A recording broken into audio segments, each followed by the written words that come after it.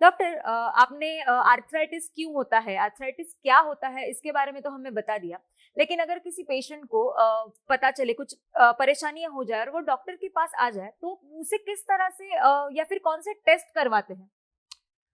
कोई भी joint pain या आर्थराइटिस जब आता है हमारे पास तो पहले होता है चेकअप, उसका एग्जामिनेशन। उससे हमको जी। आइडिया आती है कि क्या चीज़ को हम डील कर रहे हैं। फिर उसको और समझने के लिए या प्रॉपर डायग्नोसिस के लिए एक एक्सरे किया जाता है। हम्म। और कुछ आर्थराइटिस जो बताया मैंने आपको, रूमेटॉइड है या सोरियाटिक है, बहुत सारे नाम है उसके। जी। लेकिन उसके लिए सिर्फ कुछ ब्लड टेस्ट करने पड़ते हैं, उससे आइडिया आ जाती है। हम्म।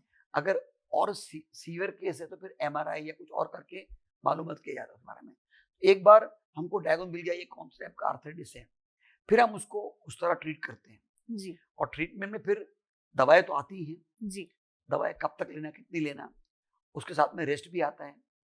कभी कभार प्लास्टर लगाना पड़ता है या बेल्ट बांधना पड़ता है, या वो आते हैं ब्रेसेस जो उसे रेस्ट दें, कि रेस्ट इज वेरी इंपॉर्टेंट। जी।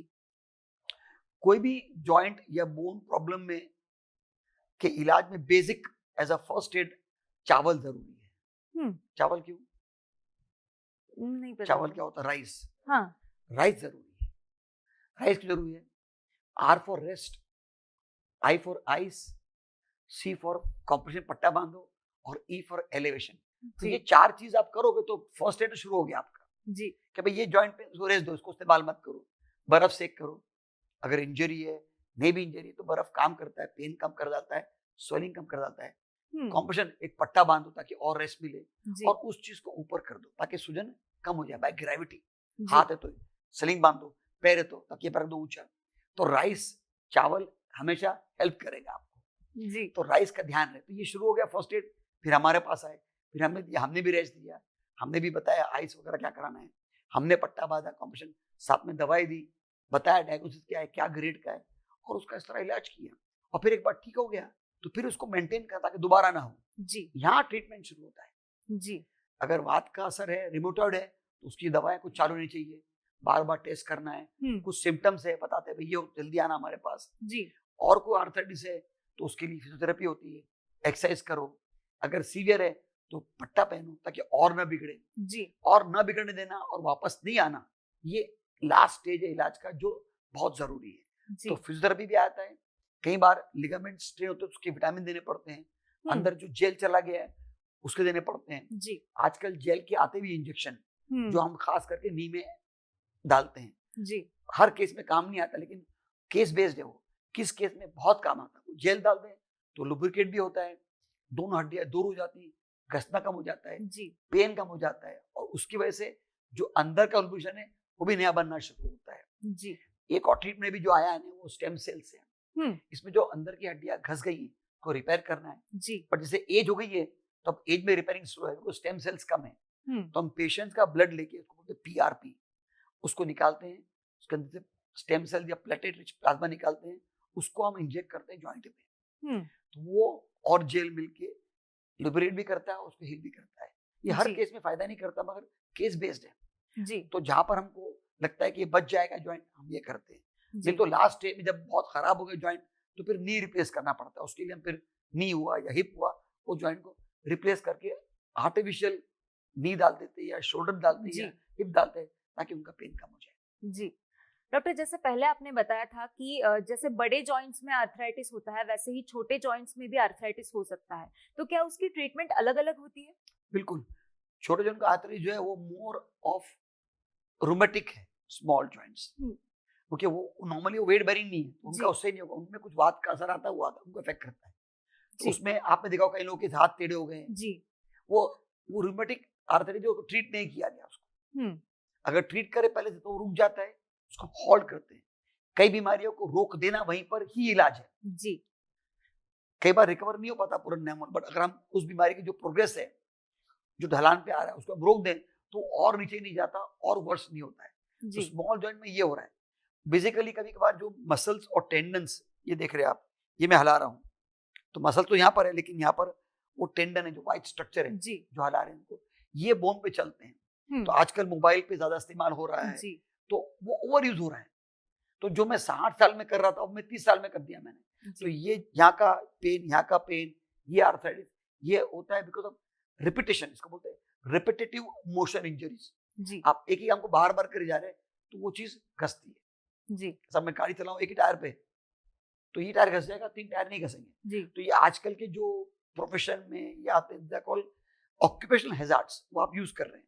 जो लोग कुछ एम्ब्रॉयडरी करते हैं बार बार बार बार, उनके जी यहाँ पर जॉइंट में ये ओवर यूज या रिपीटेटिव मोशन इंजरी कहलाती है। जी डॉक्टर, जैसे आपने पहले भी बताया था कि आर्थराइटिस के बहुत सारे ट्रीटमेंट हो सकते हैं कि कभी कभी लास्ट स्टेज में नी रिप्लेसमेंट वगैरह भी करवाना पड़ता है, तो इन सभी ट्रीटमेंट्स के बाद कौन से प्रिकॉशंस लेना पेशेंट को जरूरी होता है?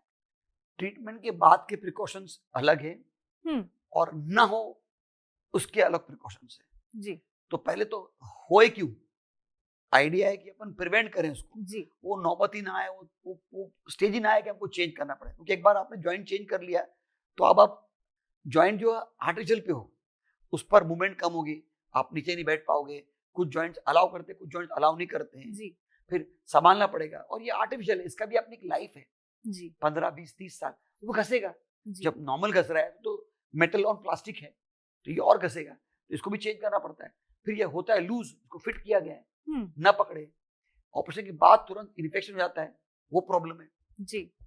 फेलियर आते हैं क्योंकि हमको कुदरत ने उस साइज से नहीं बनाया, तो उसका उसमें वो साइज बैठ जाना आगे पीछे 19-20 हो सकता है जी। तो वो तकलीफें आती पूरी। तो जब आपका एक बार नी रिप्लेस हो गया तो प्रिकॉशन में ये है कि आपको रैपिड चेक कराने का है, कुछ पेन आया तो तुरंत कांटेक्ट करने का, उसको बुखार आया तो कांटेक्ट करने का, आपको नीचे नहीं बैठने का, लेकिन साथ में एक्सरसाइज करनी है और कोई तरह का सपोर्ट लेके चलना है आपको। जी। लेकिन अब मेन इंपॉर्टेंट जो मेरे ख्याल से ऑडियंस का इंटरेस्ट है कि मुझे हो ही ना, जी, प्रिवेंशन। इस पर मैं हमेशा कहता हूँ कि केयर करना है हमको। हमारे इंडियन कल्चर में नीचे बैठना हमारा एक कल्चर है, जरूरी चीज है। फिर वो नमाज हो, पूजा पाठ हो, क्या बोलते यज्ञ कर रहे हो अपन, या खाना खा रहे हो बैठ के, नीचे बैठ के अपन खाते हैं, इंडियन टॉयलेट हुआ, तो नी केयर मैं हमेशा कहता हूँ कि knee care to avoid chair. Chair हमारा कल्चर नहीं है जी। तो कैसे करना नी केयर, तो बहुत कम लिमिटेड। पहला काम तो कि भाई नी पर लोड कम कर दो, तो weight management is most important. जी। मोटापा जो है वो हर बीमारी को बढ़ाता है और मोटापा कम करना हर बीमारी को फायदा भी करता है। तो ओबेसिटी एक एक्सेस वेट है जी, जो क्यों ले घूम रहे हो। आपकी थैली में अगर मैं डाल दूं पत्थर बहुत सारे, बोल रहे चलो आप नहीं, चलो फेंक दोगे आप जी। तो ये फैट जो आप घूम रहे हो लेके, वो चर्बी है, कुछ काम की नहीं है। तो ओबेसिटी। सेकेंडली, एज ऑलवेज बताया जाता है कि थोड़ा भी पेन हो कुछ हो तो आप उसको इग्नोर मत करो, उसका इलाज कराओ तुरंत। तीसरा कि ये जो एक्सरसाइज करनी है खास करके नी में, हर जॉइंट को जो चलाता है वो मसल्स है, तो अगर मसल स्ट्रांग रहेंगे तो वो उसको और हेल्प करेंगे, उसको होने देंगे नहीं। और मसल जो है वो एक इलास्टिक स्ट्रक्चर है जी, इलास्टिक है वो, और कोई भी इलास्टिक अगर स्ट्रेच होता रहा तो वो उसकी जो फंक्शन है वो ऑप्टिमम आती है जी। आपने देखा होगा वार्म अप बोलते हैं इसको, क्रिकेटर कितनी बार भी जिम में जाके आओ लेकिन खेलने के पहले अपने आप को स्ट्रेच करता है जी। आपने बलून फुलाया कभी? हाँ। क्या करते फुलाने पहले बलून? आप सांस भरते पहले अंदर, फिर बलून को खींचते हैं। खींचते क्यों है? ताकि बड़ा हो। हाँ। वही बलून अगर बगैर खींचे फुलाया जाए तो इतना और फट जाएगा। हाँ। वही बलून को खींच लिया तो इतना बड़ा हो जाता है। वही बलून है, मैं भी वही हूँ, हवा भी वही है, लेकिन मैंने खींच लिया।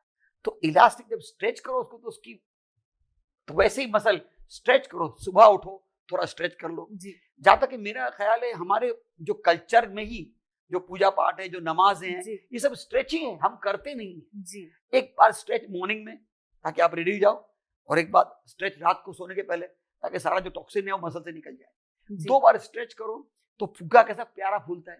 खाली 2 बार खींच लिया इतना बड़ा फुग्गा हो गया जी। इतना सिंपल सा एग्जांपल है समझाने के कि स्ट्रेचिंग इज सो इंपॉर्टेंट जी। तो हरकत में बरकत है जी। तो एक्टिविटी करते रहोगे तो जॉइंट्स को जो सप्लाई करता है मसल को, ब्लड वगैरह भी मसल ही है जी। मसल स्ट्रेच रहेगा, जॉइंट स्टेबल रहेगा। तो प्रिवेंशन में 3 चीजें हैं, weight control, don't ignore the pain, use joint judiciously, overuse मत करो, अब्यूज मत करो जी, एक्सरसाइज करो, स्ट्रेच करो और केयर करो बस, ताकि knee care to avoid chair. Doctor, हमने कई बार देखा है कि लोगों को जब जॉइंट पेन होने लगता है तो वो घर पे ही कोई ऑयल मसाज कर लेते हैं या फिर कुछ छोटी मोटी चीजें कर लेते हैं और सोचते हैं कि ठीक हो जाएगा। तो क्या ये करना सही है? सही भी है और गलत भी है। कोई भी बीमारी आती है तो पहले आदमी सोचता है कि मैं इसका शॉर्टकट जल्दी में इलाज करूं, या कुछ टेम्पररी हो गया अपने आप हो जाएगा। जी। बिल्कुल सही। तो वो कुछ भी करते हैं, कोई भी चीज के लिए, बुखार भी आया तो कुछ ले लिया, सर्दी खांसी हो तो कुछ गोली खा ली। लेकिन ये आप 1-2 दिन करें, जी। ये ओके पॉसिबल है। टाइम ना हो डॉक्टर जाने के लिए, बिजी शेड्यूल हो या वक्त ना हो, रात का टाइम है, जी। समझ में आती बात। लेकिन उसको अगर 2 दिन में फर्क नहीं पड़ रहा है तो फिर उसको प्रोलॉन्ग मत करो, उसको रिपीट ट्राई मत दो। वो चीज काम नहीं आई वो श्योर है। जब कोई चीज काम नहीं आ रही है तो आपका मेथड गलत है, तो आपको कुछ और करना है। और उसमें और बेहतर ये है कि डॉक्टर के पास जाओ, मालूम कर लो कि क्या चीज है ये। जी। क्या ये, क्योंकि कोई भी बीमारी छोटी या बड़ी हो, जो भी है वो प्रोग्रेस करने वाली, it's a normal progression of the disease. जी। तो उसको रोकना ही जरूरी है। ठीक करा तो बात की बात है। जी। तो उसको आप खुद बढ़ने दोगे तो फिर जो ग्रेड 1 का इलाज है वो ग्रेड 3 का इलाज बहुत फर्क है। जी। ग्रेड 1 में वो टोटली ट्रीटेबल, क्यूरेबल है। ग्रेड 4 में वो मैनेजेबल है, खाली हम मैनेज कर रहे हैं इसको। जी। तो क्यों ना हम उसको ट्रीट करें, काहे मैनेज करें। तो आप जो भी करें करिए, आपको टेम्परेरी आराम मिल ही जाएगा। बर्फ सेक कर लिया आपने, या कुछ गर्म पानी सेक कर लिया आपने, ऑयल लगा लिया, मसाज कर लिया, ठीक है। लेकिन अगर बार बार आ रहा है तो फिर वो मत ट्राई करिए। बार बार आना उसका मतलब मुनासिब नहीं है और वो गलत है। वो बता रहा है कि ये चीज की इलाज जो है वो सही नहीं हो रहा है, तो आप करिए, लेकिन उसको ज्यादा प्रॉब्लम मत करिए। जी। डॉक्टर, मैं चाहूंगी कि जाते जाते आप हमारे दर्शकों को कुछ ऐसी जोर देकर बातें बताएं कि वो उसका इस्तेमाल करें, उसका उनका फायदा उठाए और आर्थराइटिस जैसी समस्या से दूर रहे। मैं लोगों तो बताऊंगा, लेकिन मैं आपसे भी कहूंगा कि आप एक एपिसोड करें सिर्फ मोटापे पे। जी। क्योंकि मेरे को लगता है कि अगर हाइट वेट का रेशियो मेंटेन रहा जी। तो सारे ऑर्गन मेरे, जो लिवर हो, किडनी हो, जॉइंट्स हो, स्पाइन हो, लंग्स हो, ये सब जो ओवर काम करे वो ना करें। तो पहले आप अपना वेट मेंटेन करें, बहुत जरूरी। क्योंकि एक उम्र के बाद हम बढ़ना बंद हो जाते हैं। हमारी हाइट 21, 22, 23 में बंद हो जाती है। गर्ल में जल्दी, बाद में बॉयज में होती है। उसके बाद हमारे जॉइंट बढ़ते ही नहीं। और हमारे जॉइंट वो पिलर है बिल्डिंग की, स्ट्रक्चर है एक। जी। एक बिल्डिंग जो 4 माले की बनी है, तो 4 माले का पंप है उसमें, 4 माले की पार्किंग है, 4 माले का इलेक्ट्रिक है। उसमें मैं 4 माले और चढ़ाऊं और पंप चेंज ना करूं, इलेक्ट्रिक लाइन चेंज ना करूं, लिफ्ट चेंज नहीं करूं, तो तकलीफ आने वाली है। ज्यादा गाड़ियां, कम पार्किंग, बहुत लोग, एक ही लिफ्ट, बहुत सारा करंट और एक ही मीटर, तो ये प्रॉब्लम आपके हार्ट पे आता है। तो पहले वेट मेंटेन करिए, तो मैक्सिमम प्रॉब्लम वहां सॉल्व हो गया। सेकंड बताया, दोबारा मैं कहता हूं कि पेन को इग्नोर ना करें। दूसरा, राइज ध्यान रखें, ये सेफेस्ट है। इससे फायदा नहीं हो तो ठीक है, लेकिन नुकसान नहीं होगा। जी। रेस्ट दीजिए उस पार्ट को, ज्यादा इस्तेमाल ना करें, ट्राई मत करें। देखो मैं चल के वो अच्छा दुख रहा है, मतलब वो प्रॉब्लम है उस पार्ट। जी। रेस्ट, आइस, कंप्रेशन, पट्टा बांधिए और उसको एलिवेट करिए राइस। और दूसरा, एक्सरसाइज बॉडी, अपने आप को एक कोई एक्सरसाइज में इन्वॉल्व करिए, भले ऑल्टरनेट डे हो, swimming alternate day, alternate day walking. जी। साइकिलिंग बेस्ट है, cycling is the best then walking.